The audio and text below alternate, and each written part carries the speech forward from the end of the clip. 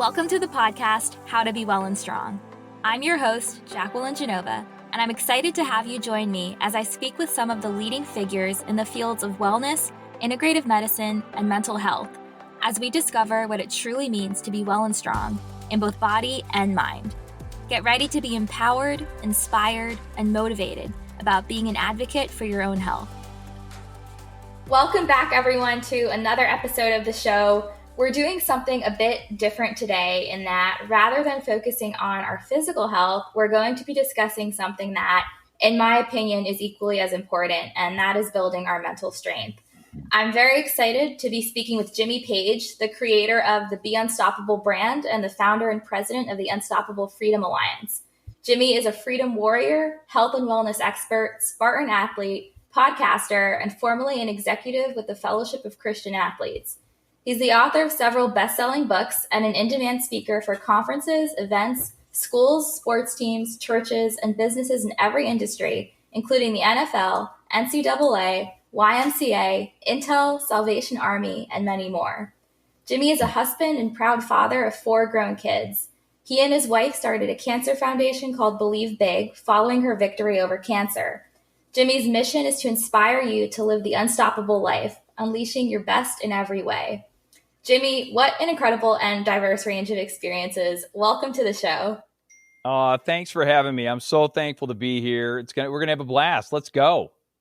I'm excited. So just for context for listeners, Jimmy did an episode with his wife, Evilise, on her Believe Big podcast. I want to say, was it last year, Jimmy, on the topic of a book he co-authored titled One Word That Will Change Your Life. And Jimmy, as I shared with you, I love that episode so much. And when I thought of the topic of building mental strength, you truly were the first person that came to my mind. So I'm just very excited to have you share some of your wisdom and your tactics when it comes to really creating strategies that will empower us to truly be our best in every aspect of our lives. You bet. Well, that book is a fun, easy book, right? It's 112 pages. You can read it in 45 minutes.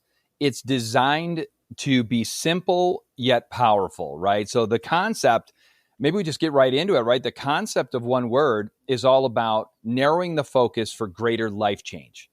So at the time that we started this whole process, it was back before the turn of the century. That's kind of a little embarrassing to say that, right? Because there's some listeners on here that were born after the turn of the century, right? But in 1999, we discovered this idea of kind of throwing out New Year's resolutions because we were really good at it. Me and a buddy of mine, Dan Britton, and a whole bunch of us were former athletes. We had this mindset that we wanted to be our very, very best. We wanted to take advantage of every opportunity in life. And we really wanted to play our roles well, whether we were husbands and fathers, friends, coworkers, entrepreneurs, all of that. And we were doing New Year's resolutions.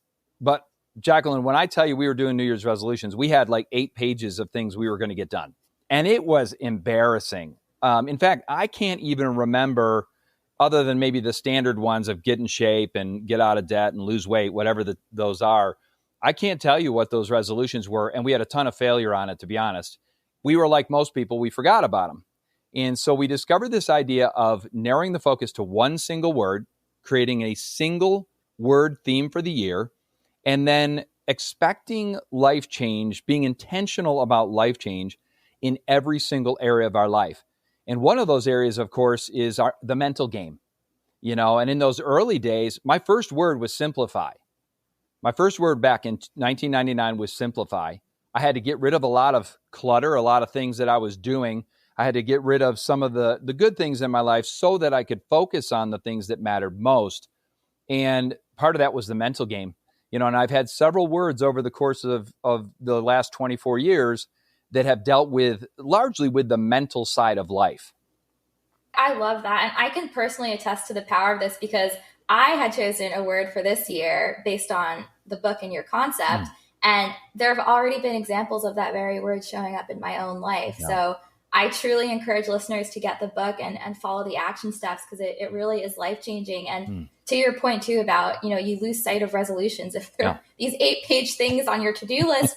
And I also too love that you can create your life as if each word is a chapter, right, of your life. And you remember certain experiences and things that happen that are linked to that word. Yes. And as I grow older, I mean, I'm 28 years old, but I've already started to feel that the sense of time passing so quickly, Yes. right? And you could just look at the years behind you and be like, what have I accomplished? What have I done? Yeah. So I really love that concept. And I actually purchased a journal, and basically each year I have my word written and I have my experiences written down that correlate to that word. And it's amazing. It's beautiful. It really is. Yeah. And, for me, life is a vapor. The Bible tells us life is a vapor, meaning, it's here and gone. It's like a friend reminded me that when you go to the beach, a lot of times you'll make sandcastles near the water, and every single, you leave and you've got this masterpiece, and you leave and then the tide comes in and it takes that sandcastle down. The next day you come out and you're like, wait, what happened to my sandcastle? It's kind of like that, with time. Time is a vapor. Things don't last forever. Yeah. And so you've got to narrow that focus. And I was thinking in terms of the biggest change with us doing the one word rather than this long resolution of things we were going to do was we focused on who we were going to become. Who do I want to be? What kind of character do I want? How do I want people to experience their interactions with me? Do I want to be positive or negative? Do I want to be a man of faith, or do I want to be someone who's, kind of controlled by my feelings? And I discovered early on, this is an inner work. It's changing me. It's changing my DNA. And I'll give you one great example of this. One word, I'm going to say it was 2015. I'm pretty close on this. My word was detox. And detox for me was really getting rid of a big element of it, especially as it relates to mental strength, is getting rid of toxic thinking, getting rid of negative thinking or pessimistic thinking or woe is me ideology. It was really, I had to examine the thoughts that I had in my head, and then I had to start rooting them out one by one, because we get these doom loops in our head about what we can't do and about the things we can't accomplish, or I'm not good enough and all this nonsense. And you have to really detox from that thinking, detox from the source of that so that you can renew your mind. That leads into my next question. What are some strategies that you have implemented in your own life that has helped you march towards that? And one thing that I spoke with Eva Lise on the Believe Big podcast was I am a huge believer in affirmations. So I start my morning biblical affirmations. I can do all things through Christ who strengthens me. Yes. God works all things together for my good and his glory. And that really sets the tone for the day, right? In your mindset. And it, again, words have power. Life and death is in the power of the tongue. So what are some other strategies that you can offer listeners? Well, I think you've hit on a really big one, the declarations. I'll talk a little bit more about that as we go, but I think upstream of that is you have to do hard things. Like, there is an integration. We're human beings, right? And all aspects of our life are integrated. Our physical life, our emotional life, our mental life, our spiritual life, even our relationships. All of those things kind of work together to create who you are. And so for me, the first thing is, if I want to have mental strength, and the things that I think about when I think of mental strength, I think clarity, not confusion. If I'm mentally strong, I'm clear. I don't have confusion. Right? I think of focus, not distraction, meaning I'm focused in on the most important things. I'm not distracted by a bunch of nonsense. And I think of resilience, the ability to bounce back, to turn the negative into positive, to turn adversity into an advantage, to look at the challenges that you face as opportunities, so that those are kind of the building blocks of mental strength. Now, in order to build strength of any kind, you have to push beyond your normal limits. There's no other way to do it. You have to do hard things. And for me, the thing that has helped me mentally the most is engaging in physical challenges that are beyond my capacity. So one of the things that I did this year at the very start of the year, and I'm actually re-engaging in this program right now as we speak, is a program called 75 Hard. And 75 Hard puts you through some very difficult disciplines on a daily basis that push you outside of your comfort zone so that you can prove to yourself what you're capable of, so that you have a track record of proof that shows you that you're strong, that you're capable. But so many people want to just click their heels, and I'm not down on affirmations. In fact, I believe in declarations, more even more so than affirmations, but I believe in declarations. and they're important. But until you actually do something, accomplish something, you're never going to be as mentally strong as you think, because you're going to face a challenge you can't handle, and you're going to need to draw from that reservoir of, hey, wait a minute, I've been here before. I can do this. I can overcome this. So you've got to do hard things. That would be my tip number one, is do hard things. I love that. And also too, I mean, just to that point, I've experienced that. I had a breakup a few years ago, and I remember I was in this mindset of, I can't do things alone. I can't hike alone. I can't travel alone. And I ended up going out west for 6 weeks with a friend, and we hiked probably over 100 miles. Oh my God. And I just felt so empowered, Yes, Jimmy. yes. And I had such spillover effects from that. Like, that was truly such a healing time for me, because I showed myself I could do something that I never could have ever imagined. Yeah. So I love that. And the concept of, not breaking promises to yourself, I think is very important. You break a promise to yourself, it basically tells yourself that you're not capable of fulfilling something you want to do. That's right. Again, spillover effects that are truly massive. Big time. And, you think about the confidence that you developed. Okay, so this is my daughter and I, Grace. My daughter's 20. She's at Liberty University in Virginia. She's a superstar. I mean, she's tough. She's tough. She's amazing.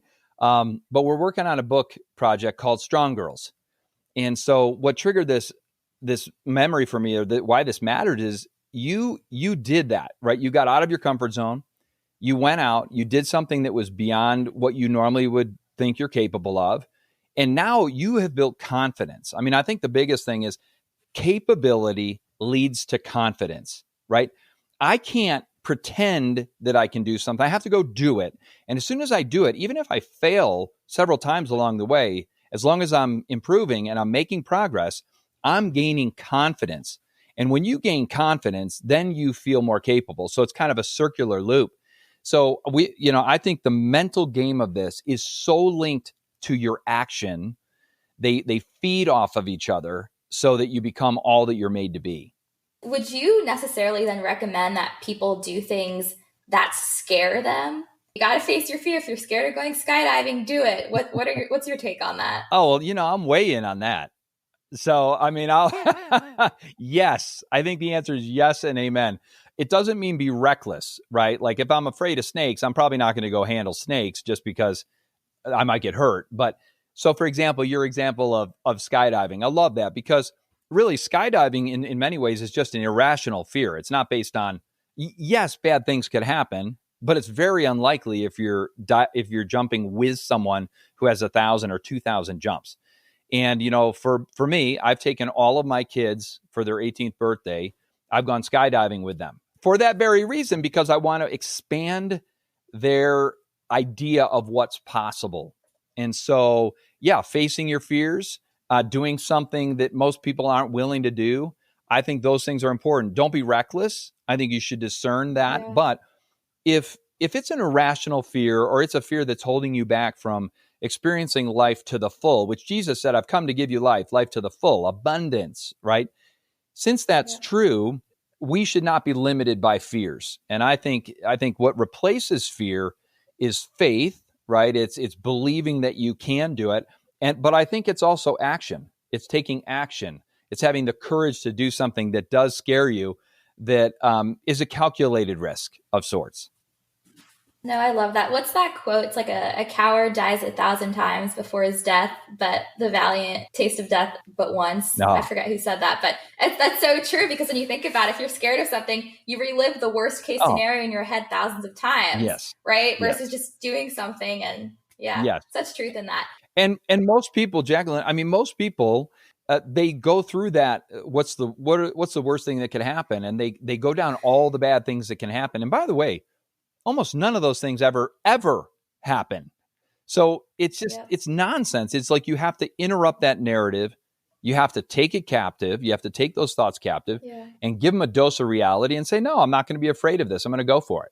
Does that actually entail like talking to yourself, Jimmy? Because I struggle with that, right? And it's funny because I tell my mom, like, Mom, you're such a worrywart. And I think as we grow older, right, we start to see things in ourselves that our parents have. And that's something that I'm really trying to nip in the bud, is that concept of being a warrior. Yeah. So when I'm in that moment, like what are your thoughts on just how to take those thoughts captive? Is it just speaking to yourself? How do you reframe? Oh, yeah. Well, I think it's a couple things. One is motion drives emotion, right? So if I'm in an anxious state emotionally, mentally, I'm worrying, I should change my physical state. So that means if I have to clap my hands, interrupt that thought pattern, I need to get up out of my chair, I need to go outside. Yes, you physically need to interrupt your emotional and mental patterns. 100%, you should move. The second thing is you have to start controlling the conversation. If your mind is running amok with negative thinking, with pessimistic thinking, with worry and anxiety, you have to say, wait a minute, that's not true. That's a lie. You have to call it what it is. No, I'm not going to operate based on fear. I'm going to operate based on faith. And then what I taught the kids early on was the game truth or trash. Is my thinking true or is it trash? Is this nonsense? And in a spiritual sense, we have an enemy. We have an enemy, and the way God describes this enemy, he's an accuser, he's a liar. He shoots fiery darts, and those fiery darts are 99% of the time negative, defeated thoughts. And so we have to take those captive and say, wait a minute, is that true? That's not true. That's not true about me. And if I do something or I act out of character, what I'll do is I'll interrupt and say, that's not me. That's not like me. That's not how I do it. And that way it breaks the pattern and gets you back on track. So yes, I think using words as an offensive strategy, an offensive weapon, if you will, is super, super important. I love that. And the concept of moving. I can't recall which author it is. It might be Amy Cuddy, but she wrote this book on the imposter syndrome and basically said that right before a presentation, there's a stance that she actually will do. You've heard of it, I'm sure, in order to basically prep herself. Even though her mind isn't ready, she's prepping her body so that it basically tells the mind, no, you are ready. You can do this. Yes. So there truly is a lot of power in movement. I love that. Yeah. There's power in posture. When I was young, my dad would say, hey, son, shoulders back, chin up. Don't slouch, because you play small when you slouch. When you're hunched over, you're usually down, you're focused on your circumstances. But if you stand up and expand your capacity and you carry yourself in a different way, people experience you differently. So the posture that she's talking about is the power posture. Hands on hips, leaning forward slightly. Yes. It's like, there you go. Yeah, you're ready, right? But before that, I think is maybe the posture of humility, where, kind of palms up, like you're asking God to fill you, to empower you, to give you the confidence, to give you the words. So there's this empowering, kind of palms up deal. And then there's that power position of like, no, I'm ready for this. I'm ready. And I think the combination of your physical movement and your posture really does change your energy.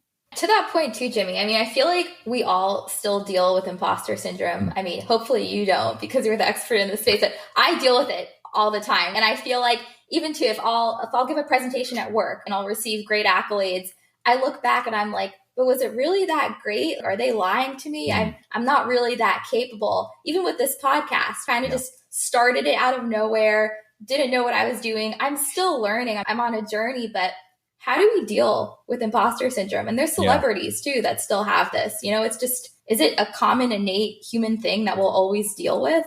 Yeah, I think so. I think it's rooted in a deep insecurity that someone will figure out that you're not as great as you think you are, or as great as you sound. And, I learned a long time ago that I will never teach on something that I don't do. So I just won't. I'll never tell you a strategy that I'm not using. I'll never tell you, some way to do something if I'm not bought in on it. So when I tell you about how to design your morning protocol for your best success, I'm not giving you theory. I'm giving you practice. Where this really matters is when you venture out on something new, right? Because you're not the expert. You're not accomplished at it, but who cares? You're going for it. I mean, I just keep reminding myself, when I left the Fellowship of Christian Athletes, a great sports ministry to coaches and athletes, when I left them and was called into this movement for freedom, this fight for freedom in America and individually and collectively in our communities to protect and promote individual rights and liberties in this country. I wasn't an expert in the space, and I wouldn't call myself an expert in the space now. But what I am is I am called into the space. I am a student of this thing. I mean, I'm growing like leaps and bounds about the ways our individual liberties are being chipped away, the way we're giving up our freedoms and stepping into bondage and all this nonsense. But along the way, I leaned in on experts and learned. So as long as you have a teachable spirit, a coachable spirit, I'm not pretending to be somebody that I'm not. At some point, you will have enough competence to have confidence.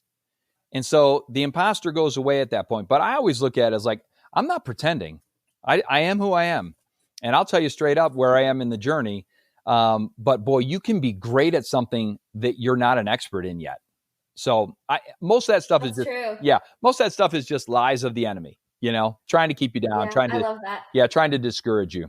Even too with me, the more I learn, the less I know. And I just stick with that philosophy and I just remain open. But no, I absolutely love, Jimmy, what you're doing with the Unstoppable Freedom Alliance. I'll definitely put that in the show notes for listeners to check out. It's truly something our country, really, really needs. So kudos to you for initiating that. Thank you. But going back to your morning protocol, I am curious what your routine is. And I know the first 20 minutes of your day truly does set the tone. So I'm curious, what's your personal morning routine? Okay, well, so here's the best of it, right? When I get it right, when I nail it, it really is in 20 minutes. Okay, so if you want to be great at anything, if you want to maximize your potential, like I'm not great relative to somebody else, but I want to be as good as I can be. I want to be my very, very best. It's going to take more time. And so my morning routine is about a 90-minute to 2-hour deal. Now, some people will say, oh my gosh, I'm out. I can't do it. Well, I would say that's bad thinking, and I would help you fix that thinking. But so when I get up, I know I've got to do a handful of things to prepare my mind, my body, and my spirit for the best possible day, right? So that I can do the things that God is asking me to do with the energy and the focus that I can, so that I can be excellent, right? So I always have some kind of a workout. I always am taking athletic greens. I'm fueling my body with a green drink, athletic greens, AG1. Yep. I'm always reading the Bible.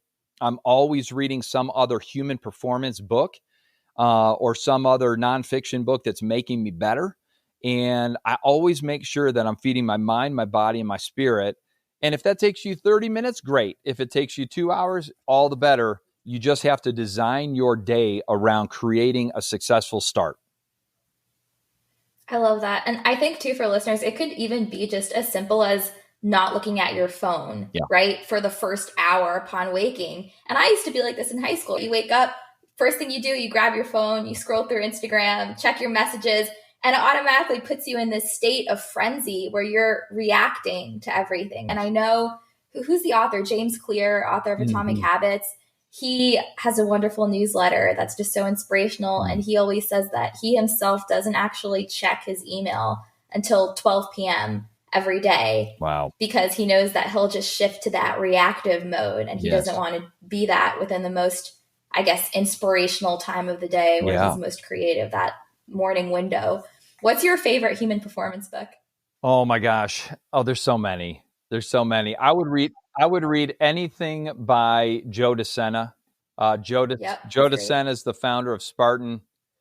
So Spartan Up, anything from Joe DeSena deals with the mind. He's got one on resilience, how to create a resilient family and kids. He's got stuff on essentially what we talk about, this human performance track. There's so many of them though that I would, and again, I like stuff with edge. I like stuff that pushes you like, no, you're not okay like you are. Like, I'm okay. We've told a whole generation, you're wonderful just like you are, which it could be nonsense. I mean, maybe you're not wonderful. God still loves you, but maybe you've got some areas that need to really change, and we need to be honest about that. So I like books that push me to say, no, I can be better. I can do this in a better way.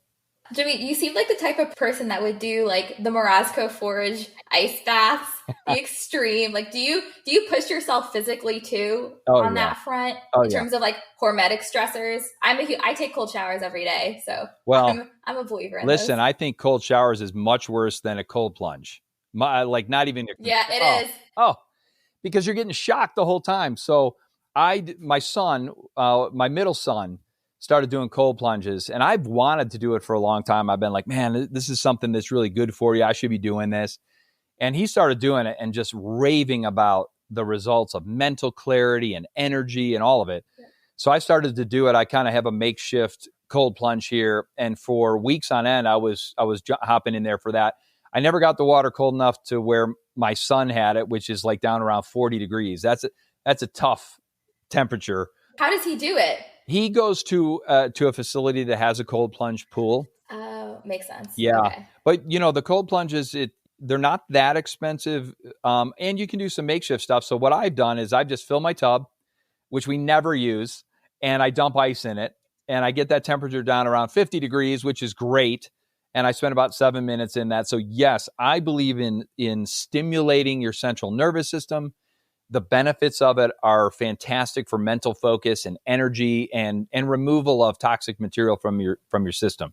Speaking of toxic material, so this could be a whole other episode, Jimmy, but Yeah. I'd love for you to share your thoughts on maybe some things that to that point, we should be either limiting or completely eliminating from our lives that may serve as hindrances, right, to being our best selves. And I know you and I spoke briefly about social media when we hopped on the phone the other week. So what are some of those obstacles that we should be alert for? Yeah.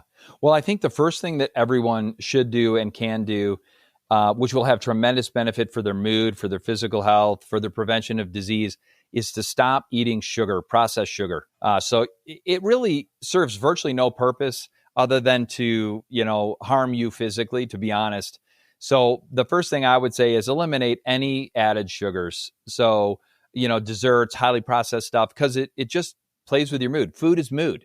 And sugar is one of the worst culprits. And if you've had cancer or any other debilitating disease, you really have to cut the sugar. So for me, I'm an all or nothing person.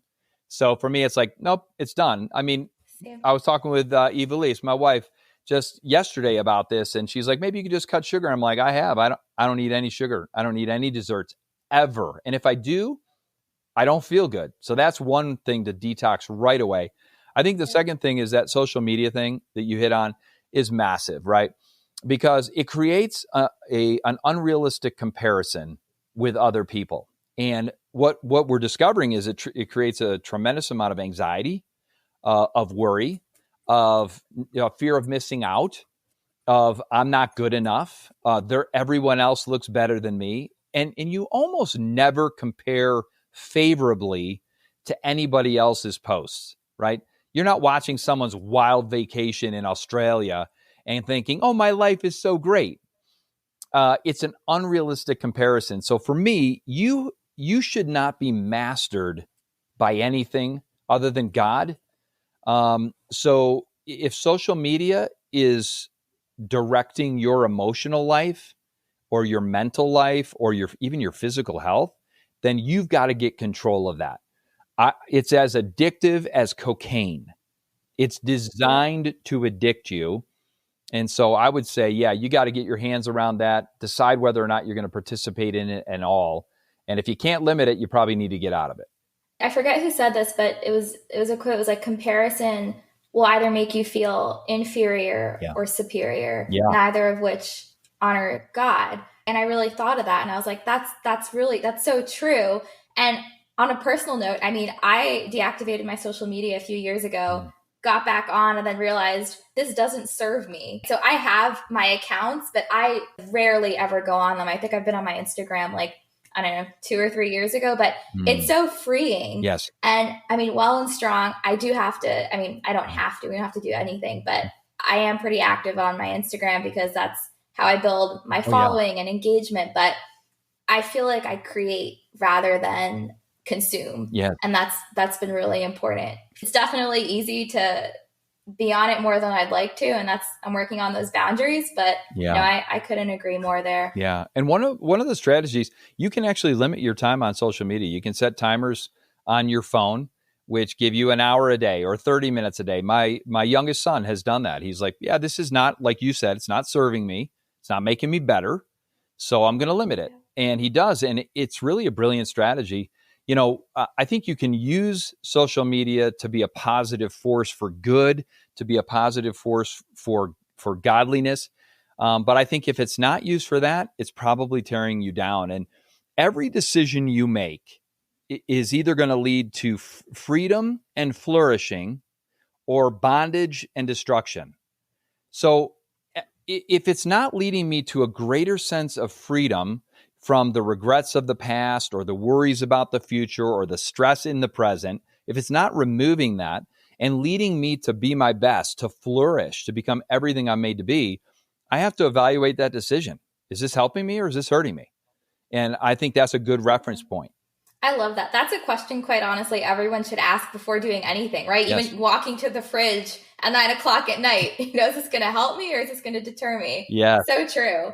Yes. And to that point too, Jimmy, I think, and I'm curious of your take on this, I think that also is one of the reasons social media and comparison, right, is probably a primary reason why I feel like my generation is experiencing some of the highest rates of depression and anxiety than any other previous generation. And the irony is that we are more connected technologically than ever in history, but we're also at a time where people are feeling at their loneliest. Yes.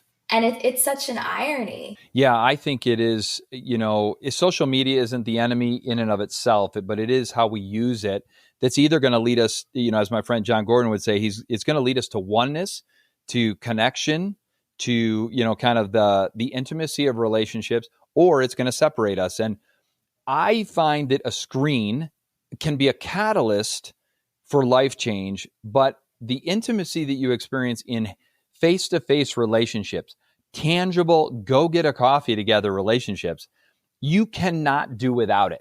And that's why I think the COVID scam was so destructive to especially your generation and younger, because it basically created this isolation for a whole new generation of people that are figuring out how to interact and form relationships. And it said, no, we need to be afraid of each other, which was total nonsense.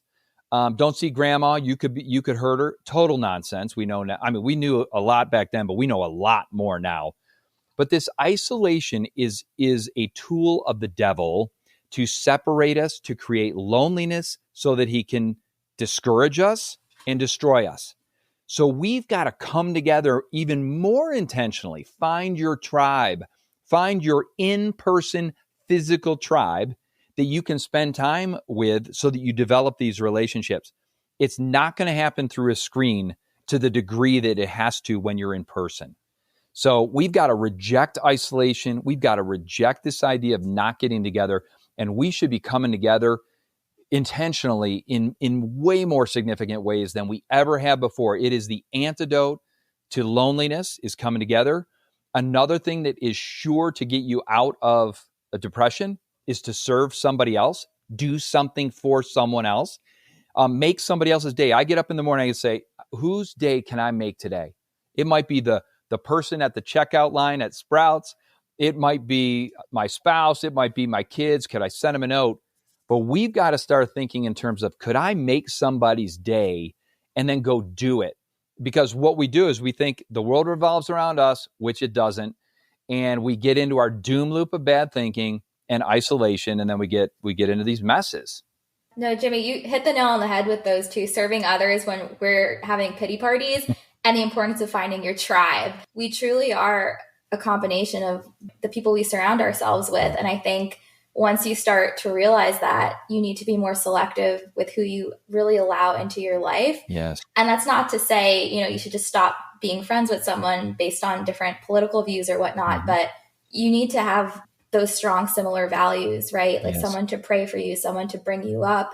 And I think people don't necessarily recognize that, or people might feel obligated to stay in relationships or friendships based on history, right? Well, Yeah. I've known this person since I was in kindergarten. What is your advice on helping someone navigate maybe a relationship, for example, that Yeah. they have stayed in based on history, right? But Yeah. might not be the best for them as they continue to grow and evolve and to a new person, essentially. Yeah. I mean, you can outgrow your friendships, right? I mean, if you're focused on becoming the best person you can be, a person of virtue, I think in terms of God wants to change us from the inside out. And if I'm following hard after God and I'm pursuing Christ in my relationship and I'm letting him transform me from the inside out, I could outgrow my friends. And that's not a prideful thing. That's just are we on the same path going in the same direction? And if we're not, if this relationship is not resulting in you being better and me being better, now you'll go through seasons where you maybe have rubs and you've got some conflict, as every relationship will. But if that's the essence of the relationship and you do not believe the same things anymore, you're not helping each other be better. You've got to walk away from it. Doesn't mean you abandon the friend. Just simply means you're not going to spend time with them anymore. I have limited time. And the people that I allow into my inner circle, those closest friendships that I'm going to invest in, we've got to be in it for each other. I want to make you into the best version of you. And I hate that phrase, but I want you to be your best. And I want people around me that want me to be my best and are challenging me to get there along the way. To that point too, though, Jimmy, how do we balance relationships where you want to help someone who just, needs encouragement, but you also want to have boundaries, right? Yeah. And have a relationship with someone who drains you of your energy, right? Who they themselves can't change. What is your advice on something like that? Yeah, I mean, I think it depends on the relationship, right? It depends on if it's a relationship that, like family, you're not getting out of family. So family is what it is. But you always want to be a positive force in that relationship, right? But if it ever gets to the place where I want better for you than you want, that's when there's usually a problem, right? You're coming to me for advice. I give you advice. I know it's going to help you. You know it's going to help you, and you do nothing. At some point, you're going to stop investing in that relationship. Why am I going to continue to do? And I'll have those conversations. I've had that exact conversation with people. Listen, you're coming to me for my best. I'm giving you my best. I know this is going to help you. You go back and do nothing about it. I'm not the right person to help you.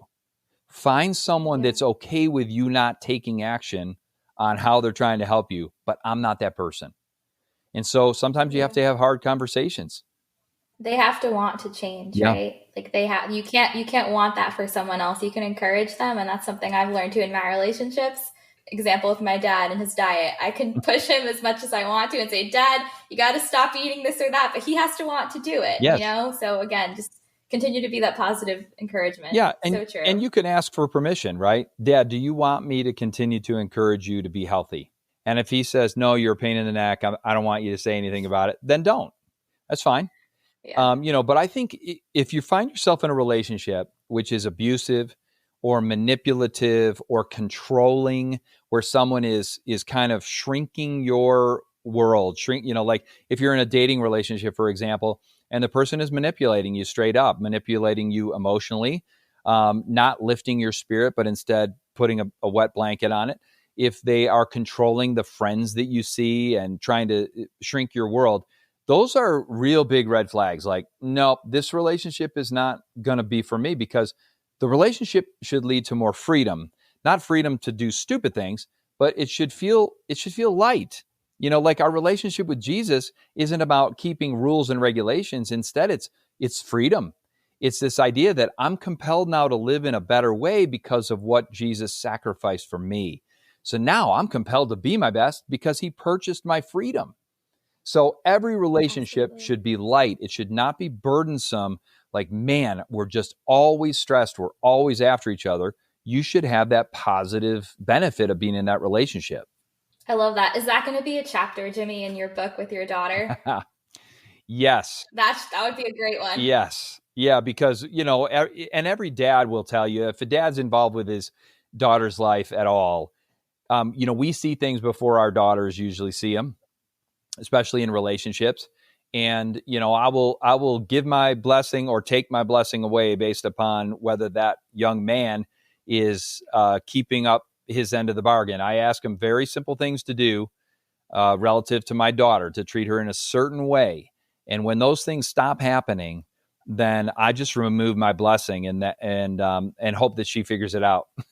Great strategy, Jimmy. Well, I'll be looking forward to reading that one when the book comes out. But you did touch before on the importance of, raising resilient children. So what are maybe 2 or 3 life lessons that you really sought to instill in your kids and raising them? Yeah. I mean, resilience is born out of this idea of developing grit, right? The only way you can develop grit or resiliency is to go through some really hard, awful things and persevere through it until you get through it. It really is the only way to build resilience. You cannot build resilience from your couch. You have to be in the game, experiencing hard things, and you have to have a little bit of coaching and encouragement along the way to stick it out, right? So there might be, part of it's taking risks, taking calculated risks. Hey, should I go for this? And we started our conversation there. Is this something that I'm just afraid to do and I should do? It's not, no one's going to get hurt. And, but it is going to expand my capacity, right? So you want to put yourself in situations that cause you to grow. And then every time you fail, and failure is not a bad thing. Failure is just information. Every time you fail, if you look at it as an opportunity to grow and get better, rather than an identity, oh, I'm a failure, I'm a loser, then that's what most of us do. We fail at something and that becomes our identity. No, that's just an event. It's not an identity, it's an event. And if you can look at that event and say, what can I learn from it? What might I do differently next time? Then you're growing through it and you're becoming more resilient. And it also makes you want to try new things, right? If you look at things with that lens, you need to fail in order to succeed. And it, makes you tap into new things. Again, exhibit A with my podcast. Started not knowing anything and had a few setbacks, but we're still a work in progress. I love that. And now look at you. Now you're a star. I mean, come on. I don't know about a star. I appreciate the confidence though, Jimmy. But no, I've definitely come a long way and I'm enjoying it. So I feel like once you get to the point too where you're at the sweet spot of you're having fun and you're also building confidence, it's a really great place to be. Yes. Well, this has been such a wonderful conversation. I could chat with you for hours, but I do want to be conscious of your time, Jimmy. Where can listeners find you? The easiest place to find me is at beunstoppable.live, beunstoppable.live. And you can get any of my books on Amazon. If you just search for me, Jimmy Page, you'll probably get The Guitarist because he's a little more famous than me. But if you put in one word that will change your life, Jimmy Page, that'll come up with that book, and then you'll be on track for all the others.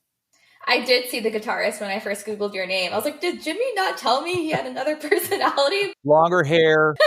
I love it. Well, I have the one-word book sitting on my desk right now. And again, it's something I plan to read every single year. Truly, truly great. I'll include the links for all of those in the show notes. And my last question for you, Jimmy, is what does being well and strong mean to you? Yeah, I think the simplest definition is just to be flourishing. It's this idea of mind, body, and spirit, all dimensions, including your relationships, including your finances. It's the idea that you're making forward progress towards your best outcomes, and it's not worrying about the past. It's not worrying about the regrets of the past. It's moving on, learning from those things, moving on, being content in the present, but always striving towards being your best. I used to tell the kids all the time, be healthy and strong. So I'm in sync with your podcast. I love it, Jimmy. See, it's why I chose it. Well, thank you again so much for your time, for all the wonderful work you're doing. And I'm very excited to share this with listeners. I know it's going to help a lot of people. Well, it's been a pleasure. Thanks for having me. I hope you enjoyed this episode.